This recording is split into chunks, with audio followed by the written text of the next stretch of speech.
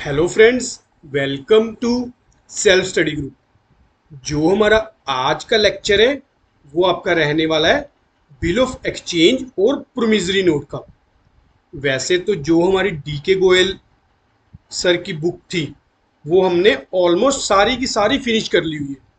बस उसमें से जो रह गए हैं हमारे चैप्टर वो सिर्फ और सिर्फ 2 रह गए हैं चैप्टर। एक बार आपको इंडेक्स में भी दिखा देता हूँ।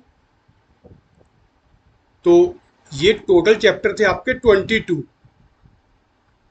तो 22 में से हमने 20 चैप्टर कर लिए हुए हैं और रिमेनिंग जो 2 चैप्टर्स है फाइनेंशियल स्टेटमेंट और फाइनेंशियल स्टेटमेंट विद एडजस्टमेंट, ये हमारे पेंडिंग रह गए हैं। इनको हम साइमल्टेनियसली साइड बाय साइड करेंगे, क्योंकि अभी इसके अलावा भी ये 22 चैप्टर के अलावा भी हमारे कुछ टॉपिक और है जो हमारे एग्जाम में आने हैं। पहले भी मैंने आपसे शेयर किया था। जैसे आपका एक टॉपिक है bill of exchange promissory note का, जो हम आज के लेक्चर में कवर करेंगे। दूसरा टॉपिक है आपका एवरेज करंट और एवरेज ड्यू का। तीसरा टॉपिक है आपका कंसाइनमेंट का। चौथा टॉपिक है आपका सेल्फ बैलेंसिंग लेजर का। पांचवा टॉपिक है आपका पेमेंट अकाउंट और इनकम एंड एक्सपेंडिचर अकाउंट। और आपका छठा टॉपिक है ऑडिटिंग का। तो ये हमारी बुक के अलावा भी जो है इन 22 चैप्टर के अलावा भी हमारे 6 चैप्टर और हैं जो हमारे एग्जाम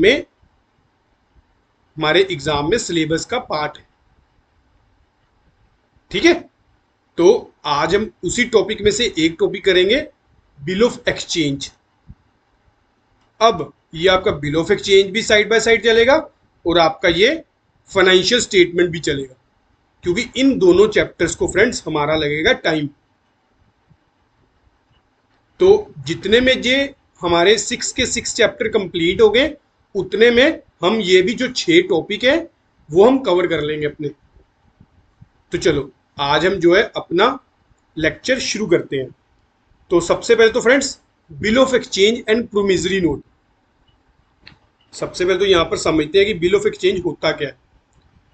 कोई भी फ्रेंड्स आपका ही बिजनेस लगा लो कि आप बिजनेस रन कर रहे हो और आप हो सोल प्रोप्राइटर।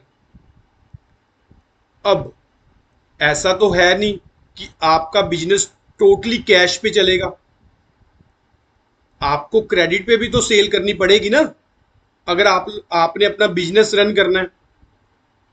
तो कई बार क्या होता है, हमारा सोल प्रोप्राइटर भी ऐसी कंडीशन में नहीं होता कि वो ज्यादा टाइम तक, अनसर्टेन टाइम तक किसी बंदे को सेल जो है क्रेडिट पे करे।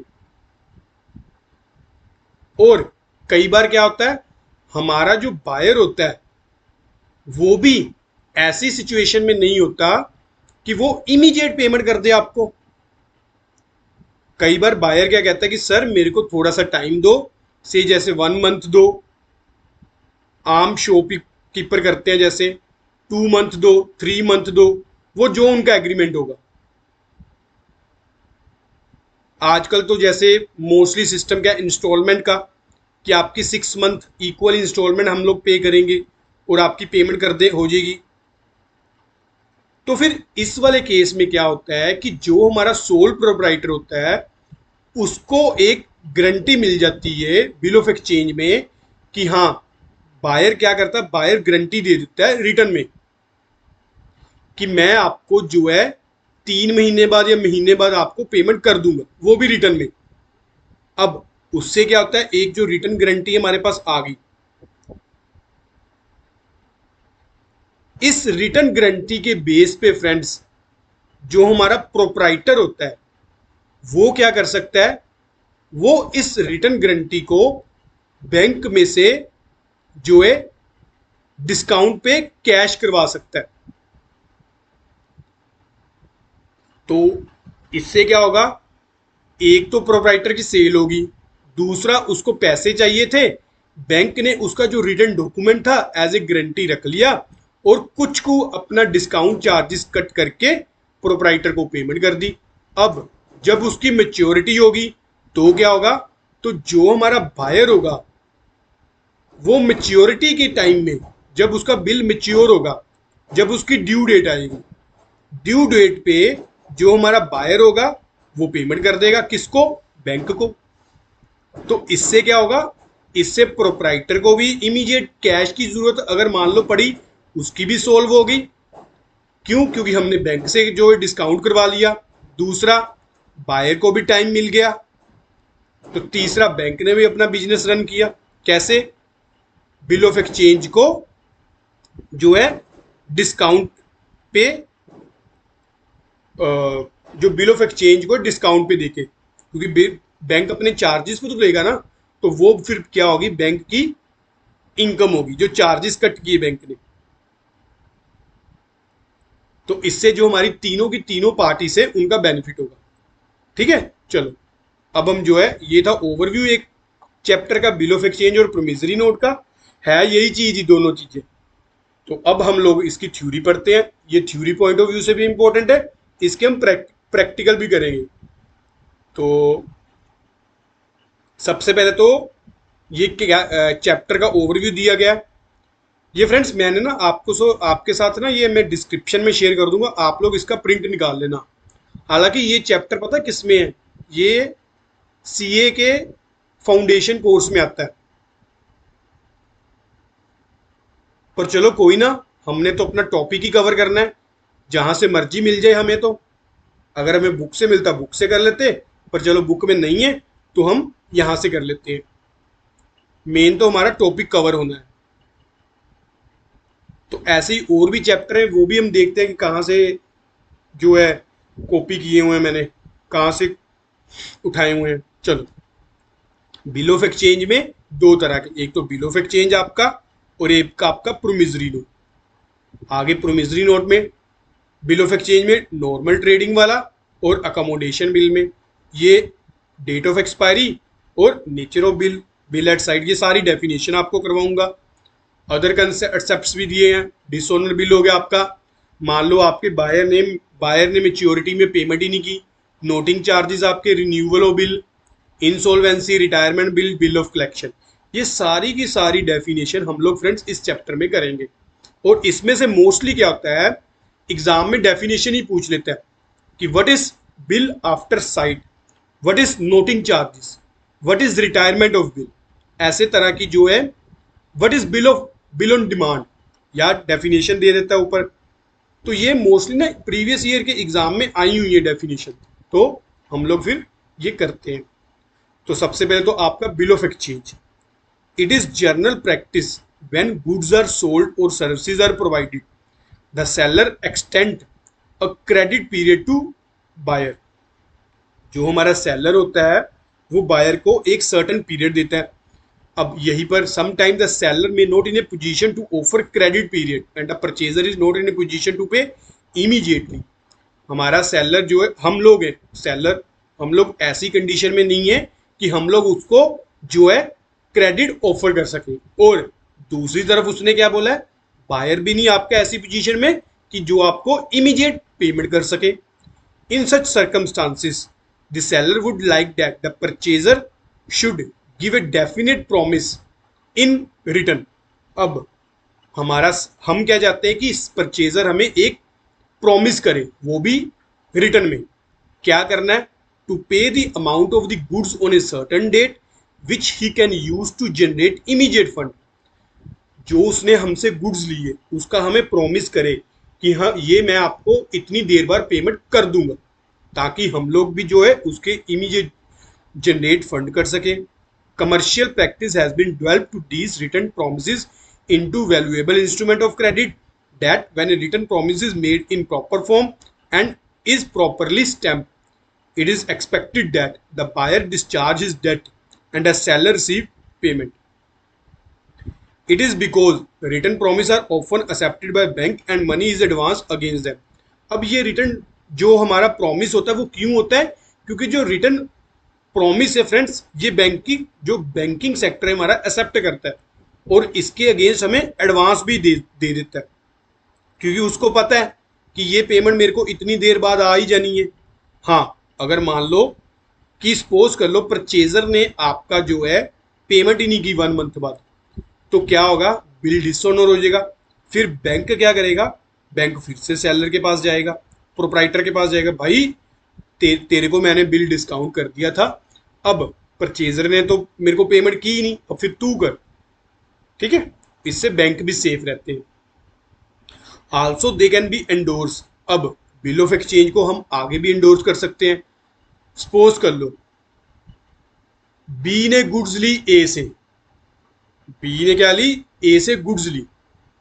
अब ए ने एक रिटर्न एक्सेप्टेंस ले ली बी से कि भाई मेरे को रिटर्न एक्सेप्टेंस दे। ए ने बी से बिल ऑफ एक्सचेंज ले लिया, बिल रिसीवेबल ले लिया। अब ए ने क्या किया, ए ने खरीद ली गुड्स सी से। अब सी कहता है कि ए तू भी मेरे को रिटर्न एक्सेप्टेंस दे। ए क्या कहता है कि मैंने ना बी से एक्सेप्टेंस ली हुई है, तो वो मैं तेरे को कर देता हूं, सी को। ए ने जो अपनी एक्सेप्टेंस सी बी से ली हुई वो सी को एंडोर्स कर दी। एंडोर्स मीन्स आगे उसने आगे कर दी, आगे किसी को पैसे देने थे उसको कह दिया कि इससे मैंने पैसे लेने हैं, ये मेरे को 1 मंथ बाद पैसे देगा, तो वो सेम पैसे आपके मैं पे कर दूंगा। चलो, इससे क्या होगा कि ए की भी लाइबिलिटी कम होगी, ए को भी एक सर्टन पीरियड मिल गया अपनी पेमेंट करने का। तो ये कहां पर होता है, ये किसकी वजह से पॉसिबल है, हमारे बिल ऑफ एक्सचेंज की वजह से पॉसिबल है। The return promise either in the form of bill of exchange और in the form of promissory note. अब जो ये रिटर्न प्रॉमिस करना है, या तो हमने बिल ऑफ एक्सचेंज की फॉर्म में करना है या फिर प्रोमिसरी नोट की फॉर्म में करना है। ये हमारे दो होते हैं, बिल ऑफ एक्सचेंज और प्रोमिसरी नोट। ये हम आगे करेंगे कि दोनों में डिफरेंस क्या क्या है। चलो, ए बिल ऑफ एक्सचेंज, अब आगे इसकी definition. Has been defined as an instrument in return containing an, ध्यान से फ्रेंड्स एक एक वर्ड को ध्यान से देखना, एन अनकंडीशनल ऑर्डर। इसमें कोई भी कंडीशन नहीं रखनी आपने जब हम इसको राइट डाउन करेंगे। साइन बाय द मेकर, कौन करता है इसको, मेकर साइन करता है, जो बनाता है।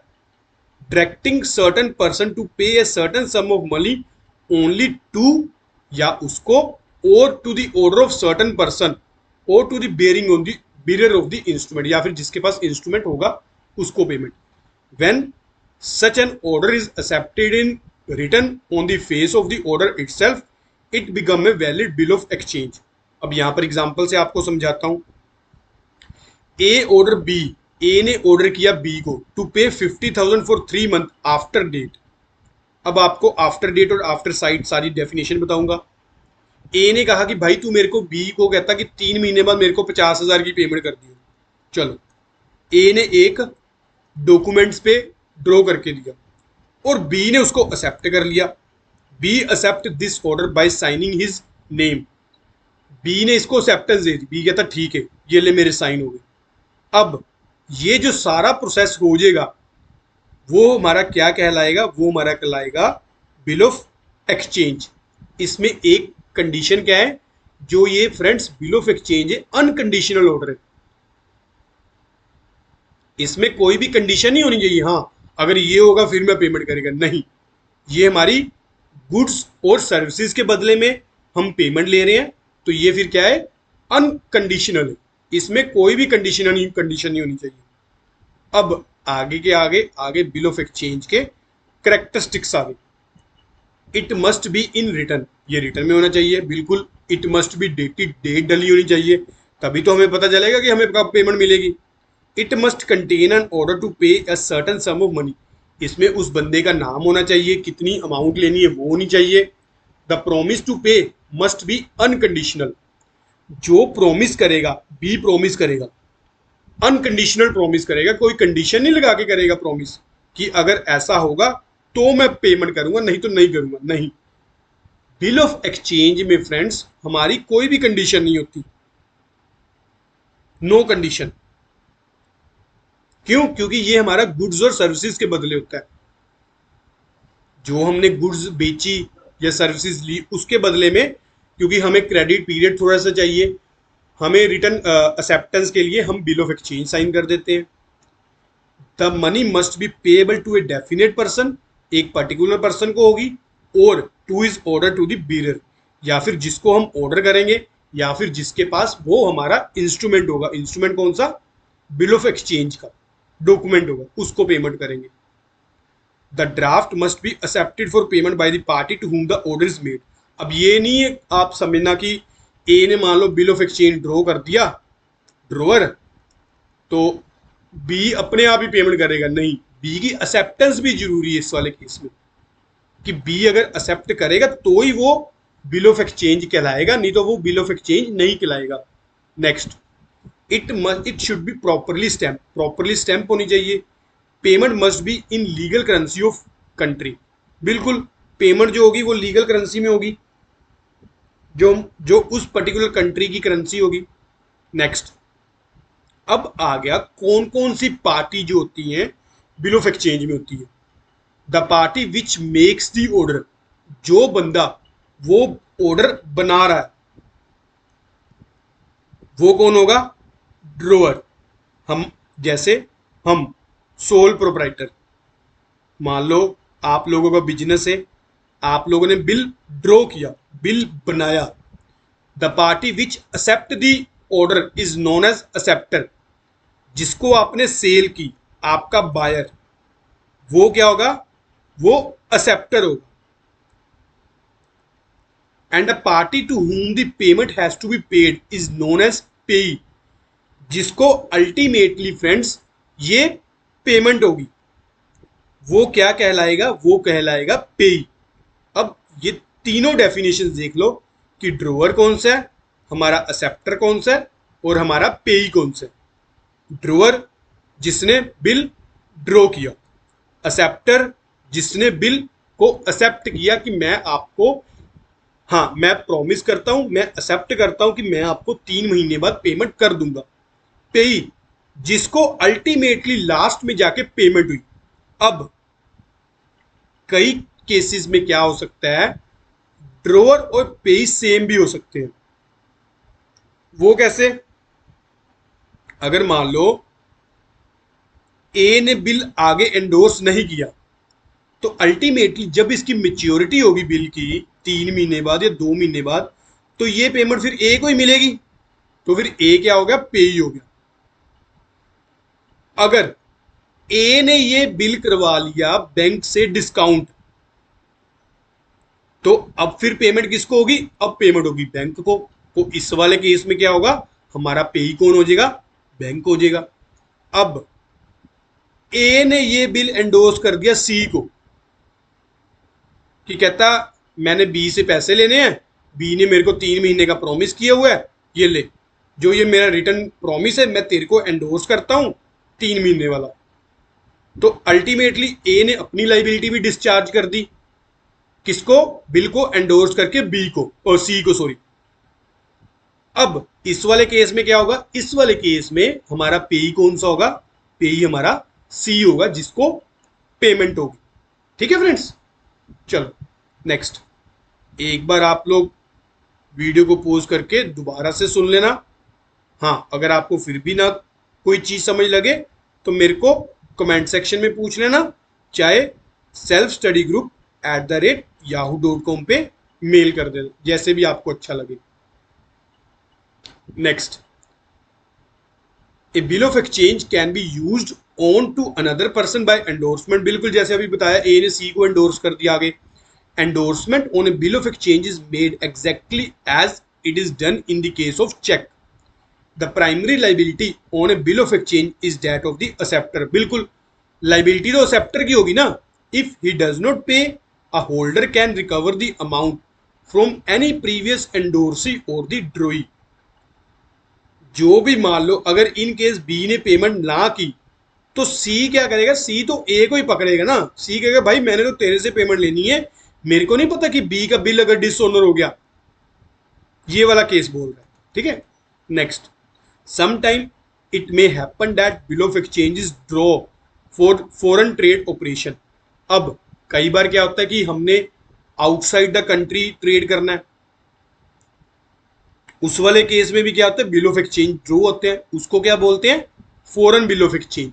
Foreign bill of exchange is one which is drawn in one country and payable in another. मान लो इंडिया में ड्रॉ होगा पर पेएबल होगा यूएसए में या रशिया में या चाइना में। ठीक है। It is generally drop in triplicate where as each copy is sent by separate post so that at least one copy reaches the intended party. कम से कम एक कॉपी तो जिस बंदे को पेमेंट होनी है उसको पहुंच जाए।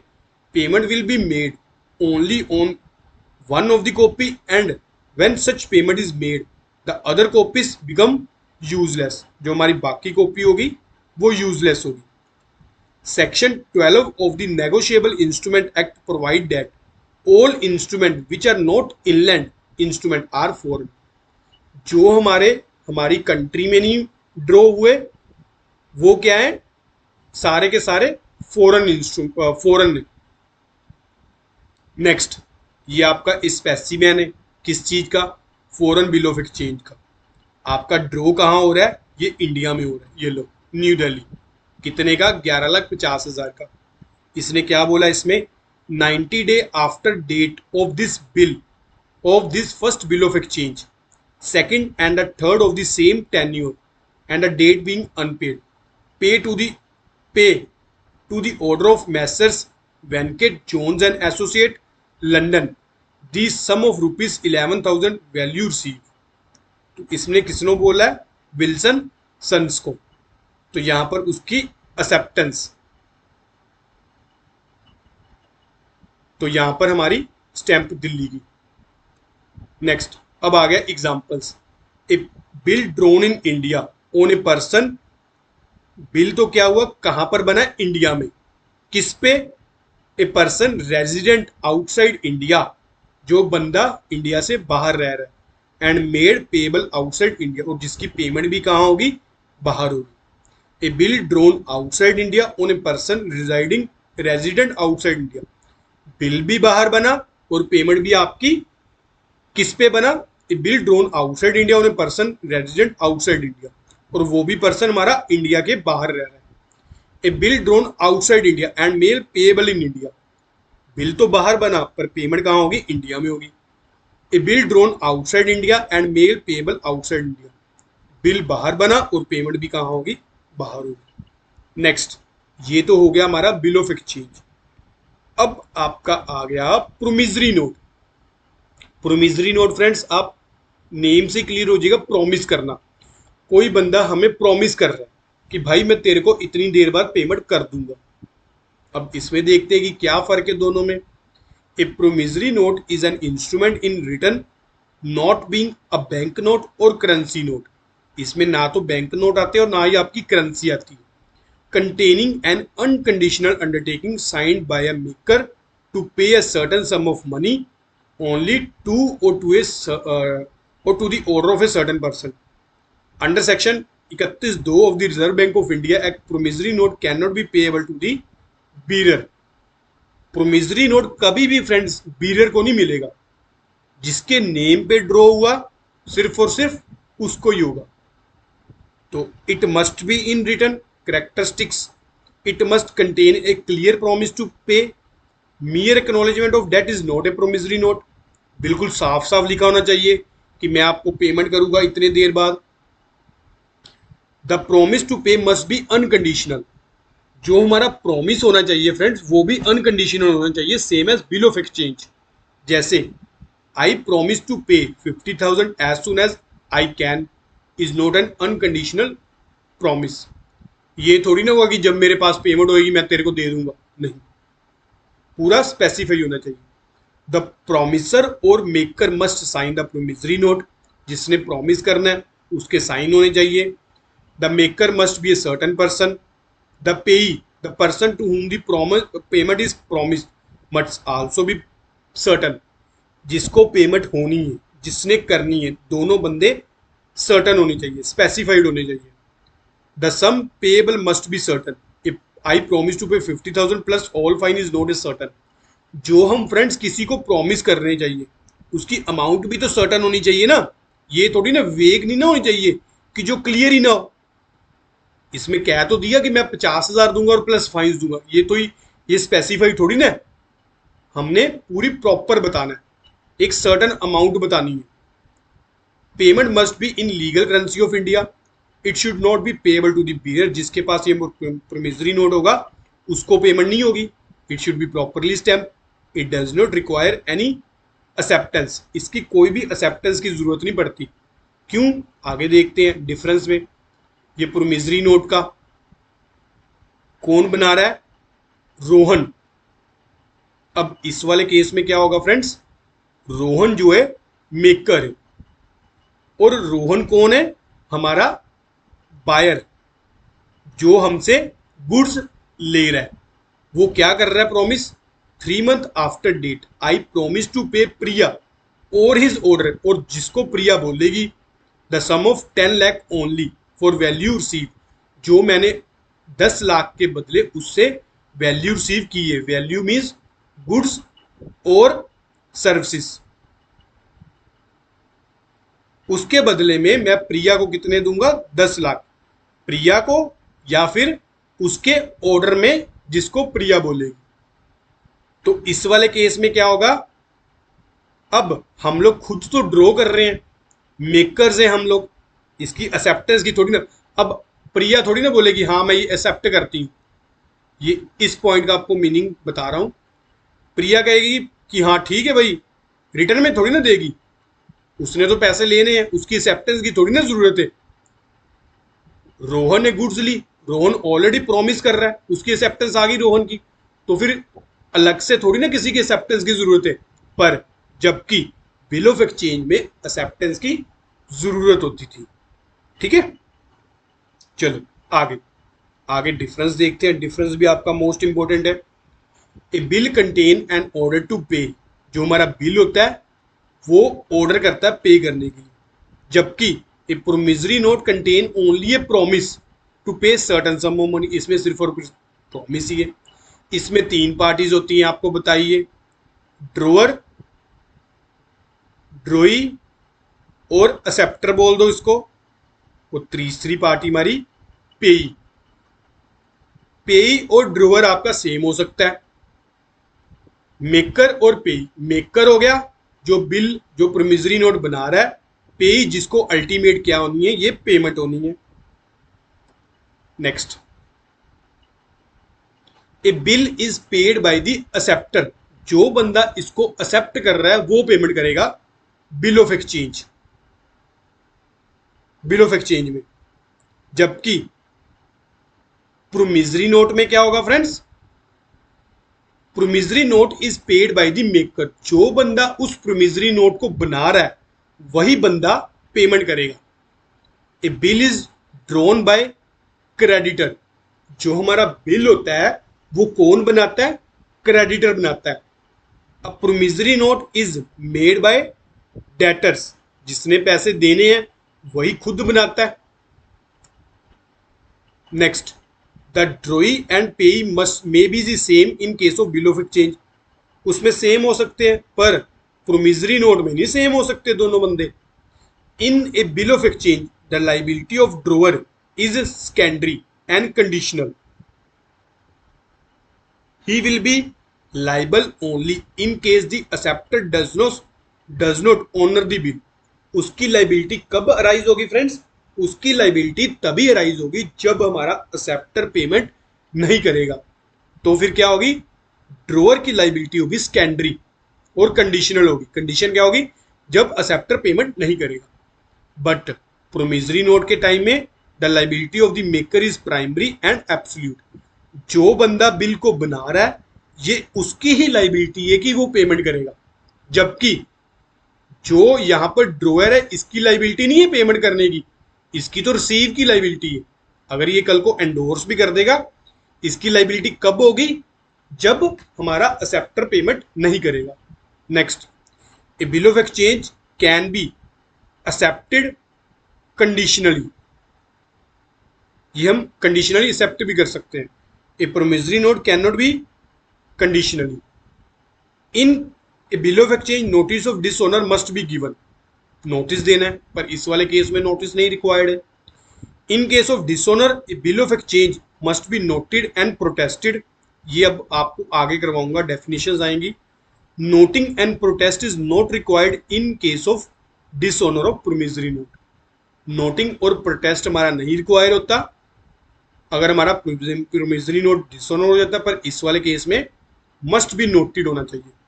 ठीक है, आगे आगे record of bill of exchange and promissory note, ये फ्रेंड्स यहाँ पे नहीं करनी हमने, यहाँ से नहीं करूंगा, ये मैंने देख लिया, किसी और बुक से आपको करवाऊंगा सारी की सारी अकाउंटिंग ट्रीटमेंट कि कैसे कैसे हमने एंट्री को रिकॉर्ड करना है, सारी करवाऊंगा। एक लेक्चर ना फुल इसका अकाउंटिंग का रखूंगा मैं, अकाउंटिंग एंट्रीज का, और आपको एक एक एंट्री करवाऊंगा उसमें, क्योंकि मेरे को याद है एक बार एग्जाम में आया था कि